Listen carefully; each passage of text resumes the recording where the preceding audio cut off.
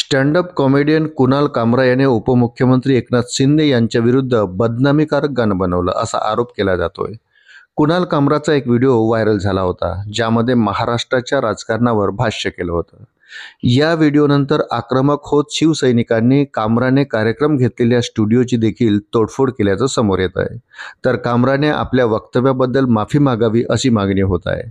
यावर आता कुणाल कामराची प्रतिक्रिया समोर आली आहे. कुणाल कामराने मुंबई पोलिसांना सांगितलं की त्याला त्याच्या गद्दार किंवा देशद्रोही वक्तव्याबद्दल कोणताही पश्चाताप नाही. न्यायालयाने माफी मागायला सांगितली तरच तो माफी मागेल असं त्याने म्हटलं आहे. पोलीस सूत्रांनी पुढे सांगितलं की कामरा यांनी तामिळनाडूतील पोलिसांशी संवाद साधताना शिंदे यांना टार्गेट करण्यासाठी विरोधकांनी पैसे दिल्याच्या अफवाचं खंडन केलंय. कामराने पोलिसांना सांगितलं की ते त्याचे खाते तपासून पाहू शकतात की त्याला पैसे मिळाले आहेत की नाही. वृत्त सविस्तर जाणून घेण्याकरता चॅनलला सबस्क्राईब जरूर करा.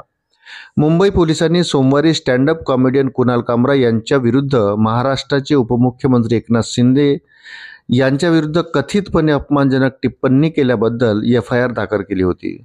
मुंबईतील खार परिसरात असलेल्या हॅबिटॅट स्टुडिओची तोडफोड केल्याप्रकरणी पोलिसांनी सुमारे 40 शिवसेना कार्यकर्त्यांविरुद्ध गुन्हा दाखल केला आहे, अशी माहिती अधिकाऱ्यांनी दिली.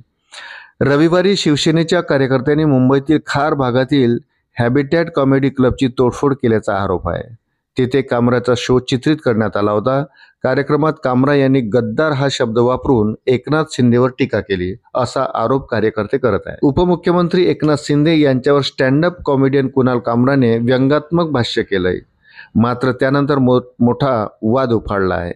कामराने एका विडंबनात्मक गाण्यातून शिंदेच्या बंडावर निशाणा साधला. हे करताना त्यानं गद्दार असाही उल्लेख केला. या कार्यक्रमाचा व्हिडिओ देखील कामरा याने सोशल मीडियावर शेअर केला होता.